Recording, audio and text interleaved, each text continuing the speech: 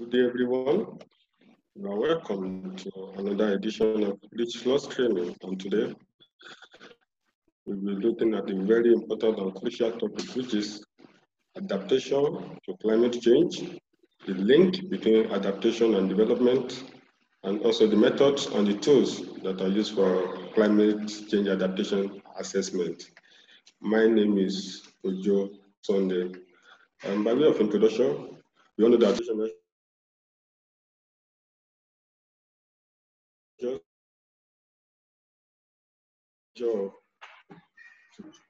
no matter how robust the mitigation measures are, a certain due to historical emissions and the inertia of the climate system. And secondly, why the effects of mitigation may take several decades to manifest, most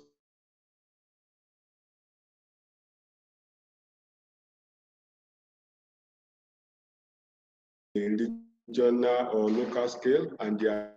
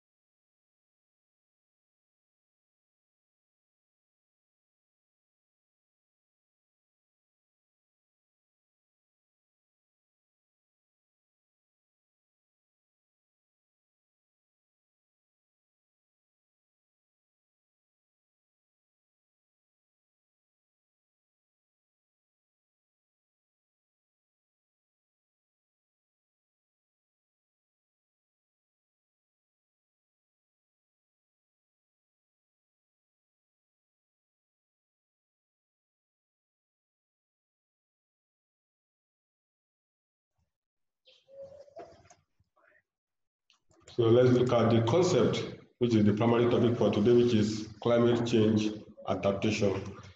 There has been a lot of definitions that are given to this particular concept by different international organizations, such as the United Nations Framework Convention on Climate Change. They particularly define this concept as the actions taken to help communities and ecosystems cope with and take advantage of the consequences of climate events. The United Nations Development Project definition, they gave climate change adaptation as the enhancement, as the process by which strategies to moderate, cope with, and take advantage of the consequences of climate events are enhanced, developed, and implemented. So this particular definition by the United Nations Development Programme, it laid emphasis on the enhancement aspect, the development, and the implementation of the strategies that will help people to moderate and cope with the impact of climate change. And I think this particular one is a good one. Another important definition is the one that was given by the IPCC. IPCC is the Intergovernmental Panel on Climate Change. They are the body of the United Nations that is dedicated to providing the world with objective and scientific information that are relevant to understanding the scientific basis of climate change. So according to them, climate change adaptation is referred to as the processes and the practice that are involved in the adjustment in ecological, social, or economic system in response to actual or expected stimuli and their effect or impact to benefit from opportunities that are associated with climate change. So according to them, such processes and the practice include natural resource management, food security, development of social and human capital, strengthening of institutional system, and so on. So let's look at the types of climate change adaptation. There are various types. These climate change adaptation are classified depending on the timing, depending on the goal, and the motives of its implementation. So they can either be reactive or anticipatory. The climate and private or public. They can be planned or autonomous. So based on the timing, adaptation to climate change can either be a reactive one or an anticipatory one. And when we say climate change adaptation is reactive, it usually takes place after the initial impact of climate have occurred. So it is more or less like a corrective measure. And then when we say it is an anticipatory adaptation, this takes place before impacts become apparent. And this is more or less like a preventive kind of measure. So while reactive adaptation is more or less like a preventive, as a corrective measure, this anticipatory adaptation measures is like a preventive kind of measure. So based on the goal, climate change can either be a private or a public one.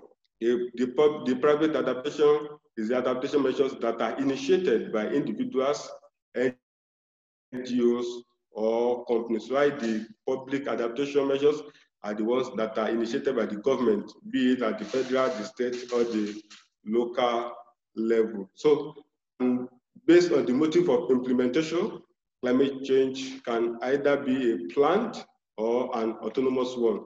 When we say a planned adaptation, it's basically the consequence of deliberate policy decision that is based on the awareness that conditions have changed or are expected to change, and that so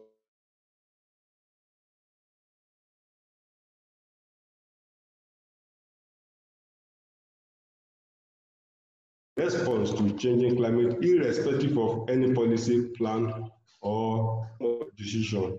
So this action is required to maintain a disadaptation. This involves changes that it generally agree that effective adaptation measures be able to reduce vulnerability of the system and build in the potential to anticipate and to act climatic changes. Also, climate change, effective adaptation must be congruent with local environmental conditions and the needs of the local populace. And also, all the measures that are involved in climate change adaptation process must be able to enhance sustainable development as well as leading to poverty eradication. So those are the things that we consider when we said a climate change adaptation measures is an effective one. So the process of climate change adaptation is an interdisciplinary one that is involves experts, the researchers and practitioners in different fields, such as the climatologists, the ecologists, the economists, the public health practitioners, geologists or geophysicists, and some other scientists as well. So let's also look at the adaptive capacity and vulnerability. These are two important concepts that are always used in climate change adaptation concept. And they are, when we refer to as adaptive capacity, it is the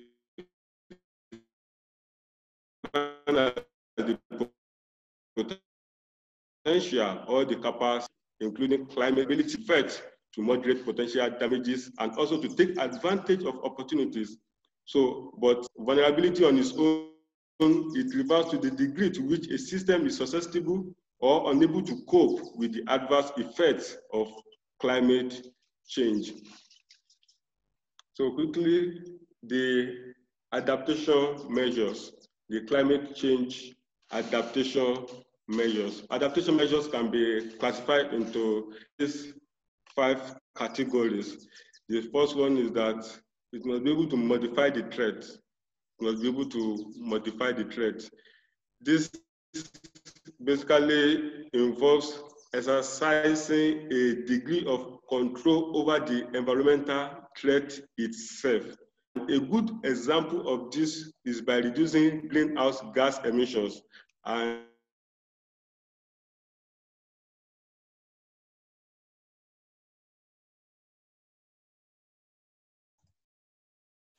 must be able to act as a preventive measures, that is, prevent effect. A frequently used set of adaptation measures involve steps to prevent the effect of climate change and variability. A good example of this is in the agricultural sector. So let's look at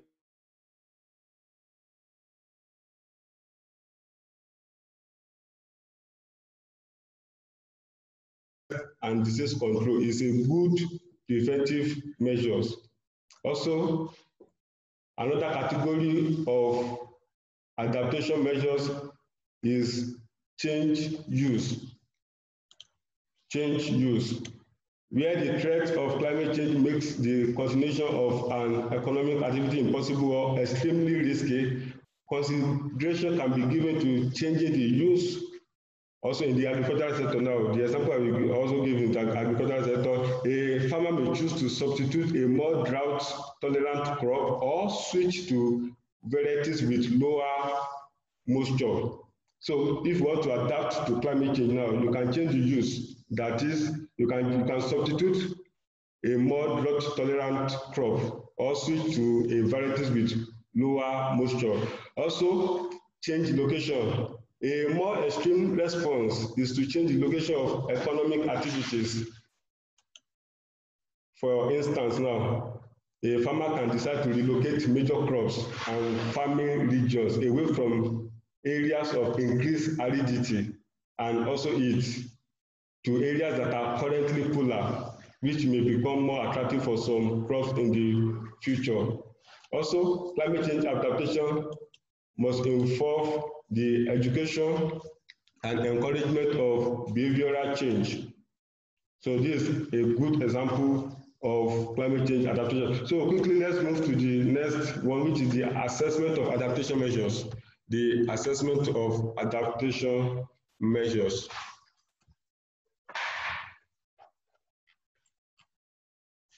Oh, rather, before we go there, let's look at the climate change adaptation assessment.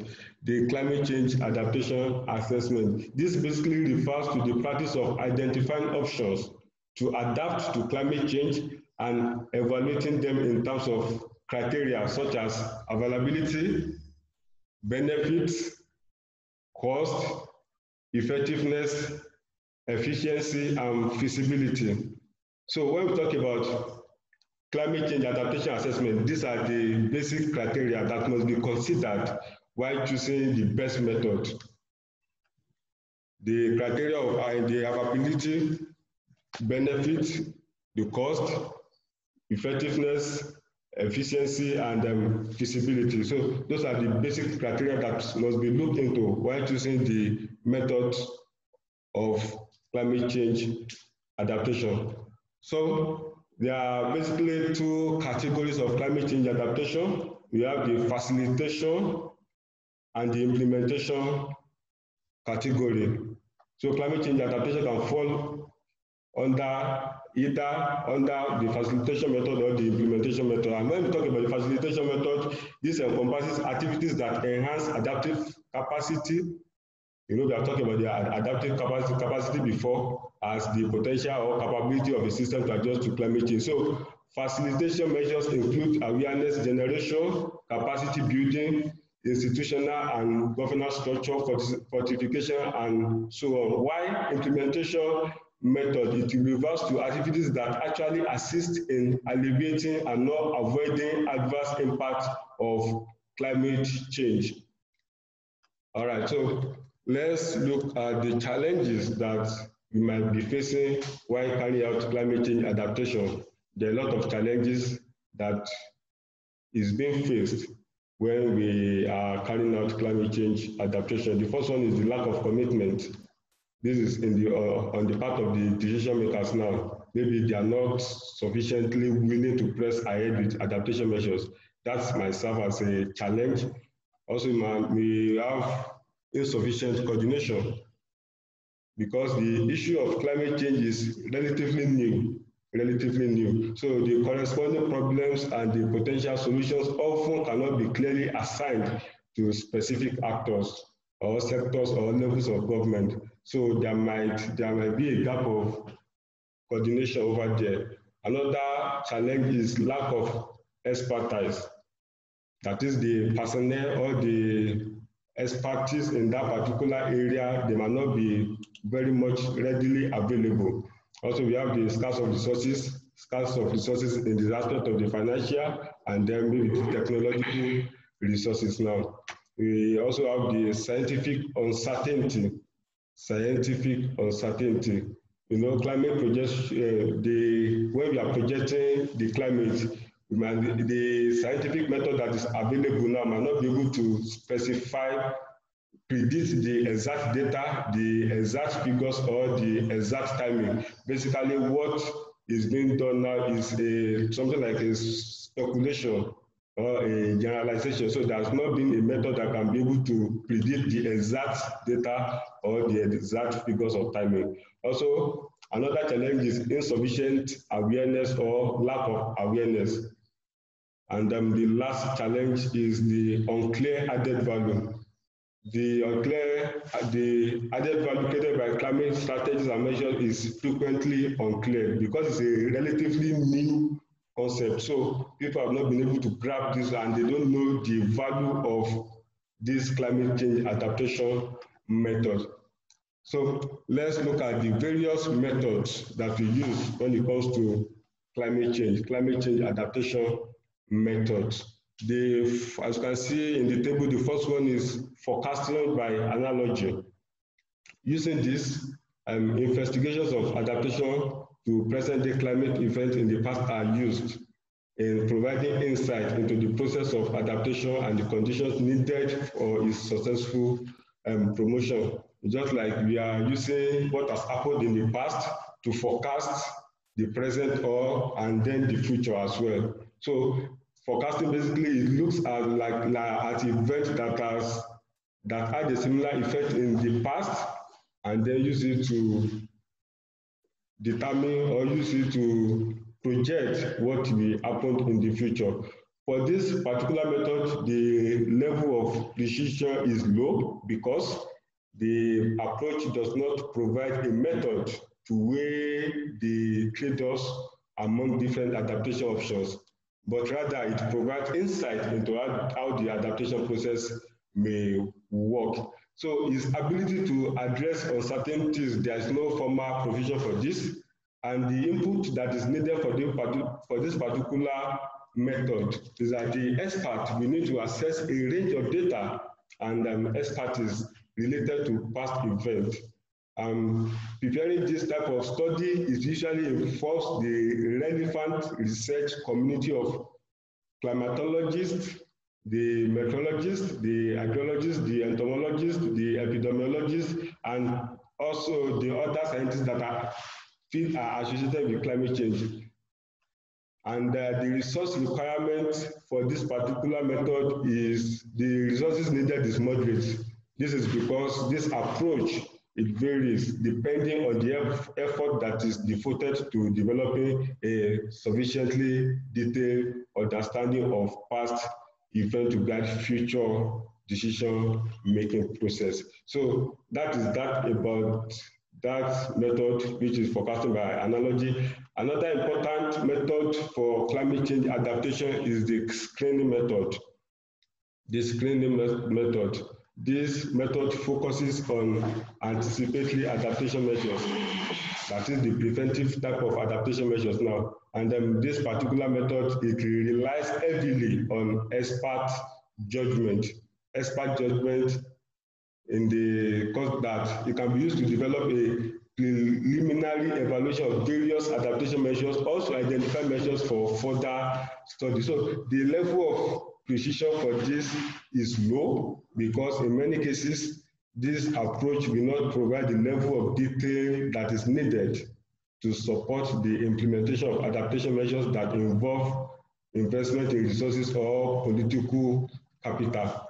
And the ability to address uncertainties for this particular method, it does not include any formal provisions to consider uncertainties.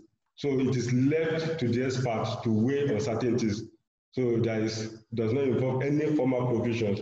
And the input that is needed for this particular method, there is no formal provisions, though the experts that are involved, they will need to be familiar with the result of the impact assessment that has been done. They also need to be familiar with the result of the potential changes in socio-economic conditions in the absence of climate change. Also, they will need to consider the relative cost and the benefit of measures, the implementation barriers, and some other adaptation or mitigation policies. And the resource requirements for this particular method are relatively modest. I think they are moderate. This is actually the simplest approach because it is least time consuming and it is least costly. So that is the benefit of this particular method. Also, another method is the tool for environmental assessment and management. The tool for environmental assessment and management. This method involves using user-friendly software packages to assist decision makers in evaluating strategies for adapting to climate change. So we use some computer software in order to process some data and then come up with a decision.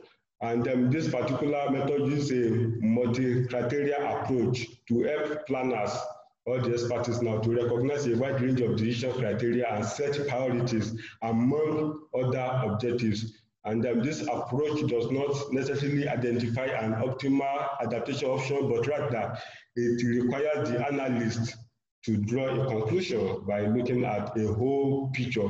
So looking at the whole picture, looking at the result of the data analysis now, they'll now be able to draw a conclusion for decision making. So this particular software includes components on coastal resources. So the program that has been done into this software, they include the coastal resources, and it includes data for water resources as well, for agriculture and some other aspect of the climate. And then the level of precision for this particular method is moderate because the results that is provided by this method are relatively and do not necessarily identify a single preferred option, but it allows the user to consider multiple criteria. And then the ability of this method to address uncertainties. This particular method allows analysts to quickly and easily adjust relative scoring or to weigh various criteria in order to test the sensitivity of the analysis to uncertainties and therefore develop a range of potential results. The input that is needed for this particular method, the expertise now, the experts, they will need to be able to develop relative rankings of how selected measures compare to selected criteria. And this will require them familiarizing them with the result of the impact assessment and the likes. And the resource requirement for this method, the resources needed for this method is relatively moderate, but it actually depends on the level of effort that goes into developing the relative rankings of different measures. You know, we said this particular method is based on multi-criteria kind of approach. So the level of effort that goes into relative ranking of this approach will depend, they will result into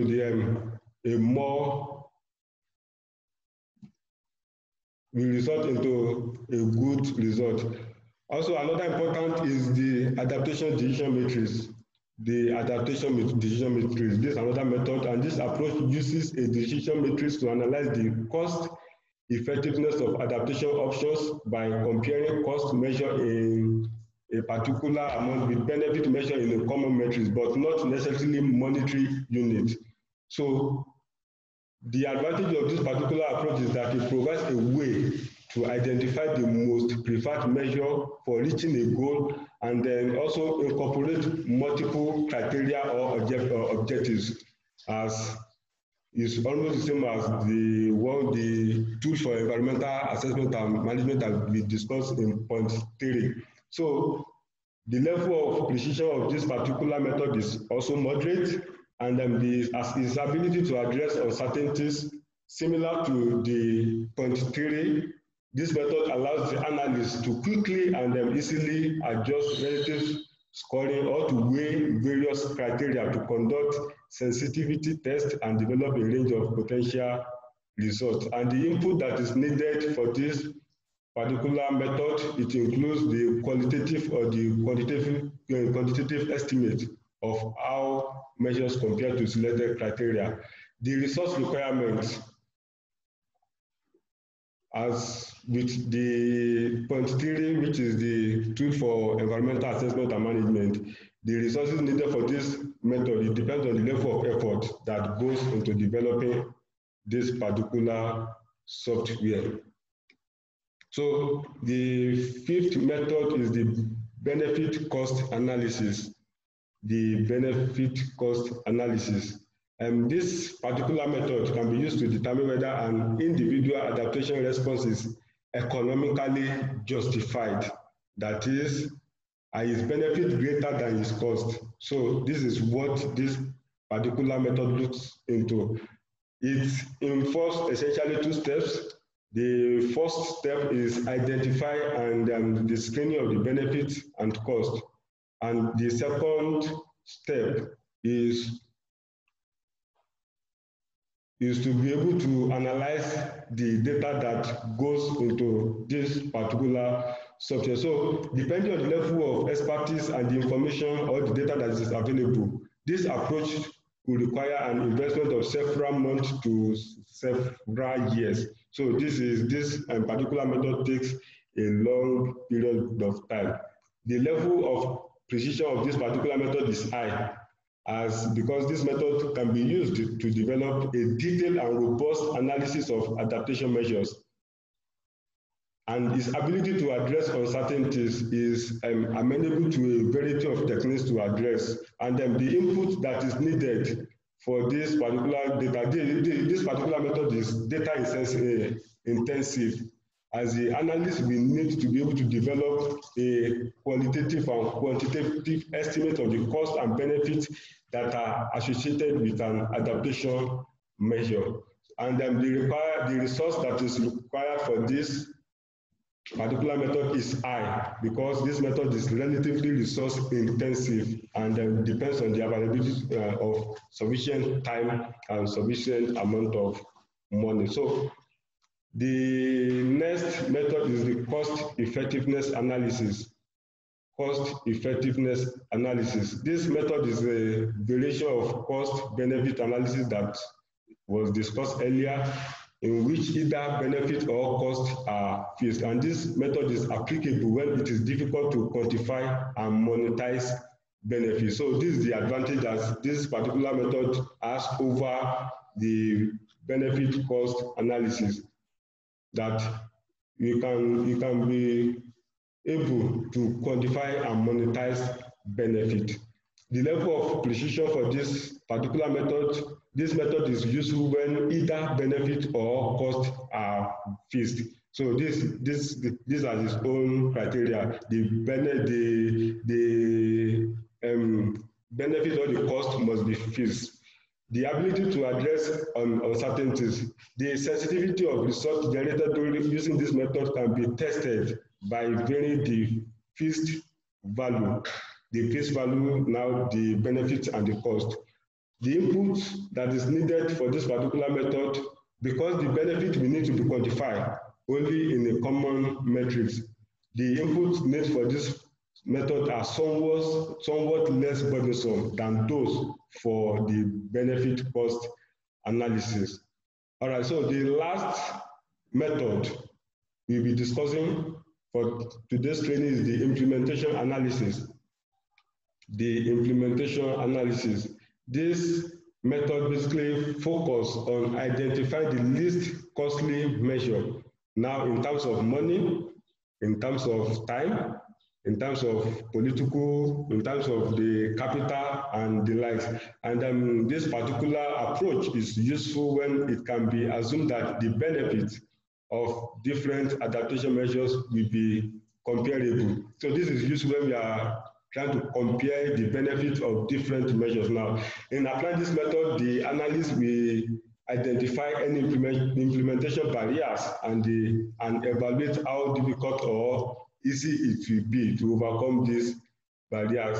The level of precision for this particular approach, the level of precision is useful when benefit can be assumed to be positive and comparable among measures. And this level of precision that is provided depends on the effort that is being spent in estimating the requirement for overcoming barriers. And this approach will not necessarily identify a single preferred measure. So basically, this implementation analysis approach is just comparing all the methods that has been discussed earlier and then coming up with a better methods to use. The ability of this particular method to address uncertainties, this method does not include any formal provisions to consider uncertainties in the assessment. It is just left to the expert to weigh potential uncertainties based on their analysis. The data that is the input that is needed for this particular method, the expert now, they will need to be able to develop estimates, be it qualitative or quantitative estimates, and then in order to overcome identified barriers to implementation. So developing such estimates now, it will require them familiarizing with them with similar implementation efforts that have already been completed either in the area of interest or in a comparable geographic region. And the resource requirement for this particular approach is low. This is because the resources needed for this method depends on the level of effort that goes into developing the estimates for overcoming implementation barriers that are associated with different measures. So the resource requirement for this is low. And also, depending on the level of expertise, information available, and also depending on the desire to build consensus, this approach will require an investment of only a few days to several months. So as against the cost effectiveness analysis that will take several months to a year, this particular method will require only a few days and to several months. So in conclusion for today's training, adaptation measures for climate change and the enforcement of mitigation measures are urgently needed in many sectors of business and society. Many sectors ranging from the agricultural sector, the forestry, the urban planning, the water management, to even nature conservation and even the human health now. And then increased engagement is also needed between the scientific and the development communities and project executors in developing and implementing appropriate policies and activities, making use of available guidance to ensure the process of climate change is achieved. So thank you for joining us in today's training. If you have questions, you can drop it in the chat box and be able to respond to it. Thank you.